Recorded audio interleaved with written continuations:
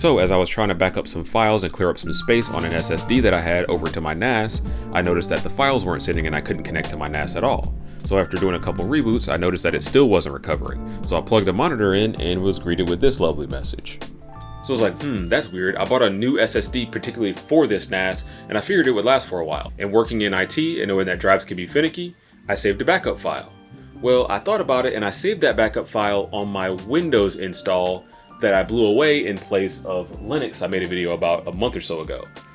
And I think I forgot to save that file and lost it. And that made me a little bit nervous, but then I remembered that TrueNAS actually saves backups onto its hard disks just in case the boot drive fails. You can recover those pools, they call them. And I had a pool called Alpha Pool that I made for the two mechanical drives that I had connected via this umbilical cord to the NAS. So I was pretty confident that I'd be able to recover it, just not 100%. And that few percent was enough to make me pray a little bit before swapping out that boot drive. So I looked around through storage and I found an old 64 gig SSD that I used to use on this arcade cabinet before I upgraded it, and I thought that would be a perfect fit. Alright, so here is the NAS. It's an old Dell that I've got some external drives here. They're connected via a SATA PCI card that's in there that has a breakout cable that I can plug into my drives here and have it scaled up, since this case is kind of small. But let's get this drive out. So here is the drive I used. So I'm gonna get this packed up and get TrueNAS installed on it. So after getting that boot drive installed and popping the NAS back in my server rack, I went and found a flash drive and made it bootable with TrueNAS.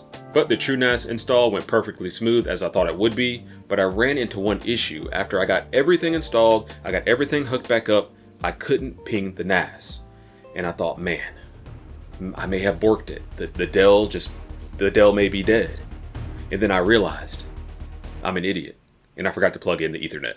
So I got my Ethernet connected, got my IP address assigned, and I went to go set up TrueNAS. So in TrueNAS, in the initial boot, it gives you an admin account. Well, I had a user account set up already called Anakin NAS. That's what I called this NAS. I made it Anakin Skywalker themed. Long story short, you can check the video out in the description. And then I realized I couldn't use that Anakin NAS profile to connect to the NAS anymore because it had been wiped clean. And all my other machines that talk to the NAS know it as Anakin NAS. But not all hope was lost. I went ahead and just tried it. I made a new user called Anakin NAS, exactly how it was spelled before, same password, and I turned on SMB sharing, which is what I was using previously to share files across this machine and the NAS, and it worked. I connected just like I did before. My main PC didn't even know that it was a different profile. I just used the same shortcut that I had previously, and it connected. And now I have about 850 files moving over to it now. Gonna take another 45 minutes to get done. It's at about 60%. So yeah, I'm pretty much dumping that entire terabyte of storage that I had on my external SSD over to the NAS, and I'll have a nice clean 1 terabyte SSD to start making videos again. There was about 3% had me, sweating a little bit, thinking that I lost all of my data. I kept that backup and I lost it. I won't do that again. I'm gonna make a backup, so I don't have to go through this entire setup again. I'll be confident that if I ever do need to pop a new boot drive in, I don't have to rely on that config file that's saved on the drives. I'll have a nice backup config that'll set everything up exactly how I had it before, and I won't have to, have that 3% of doubt anymore. But I'm glad TrueNAS has that built in for, special people like me.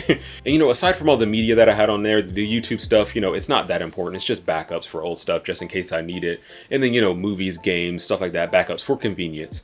But the most important thing is I had pictures on there. I had baby pictures on there that I really wanted to keep. I have them stored in the cloud, iCloud and stuff like that. I have those backups just in case something goes wrong. Apple, completely collapses one day and my iCloud's just gone.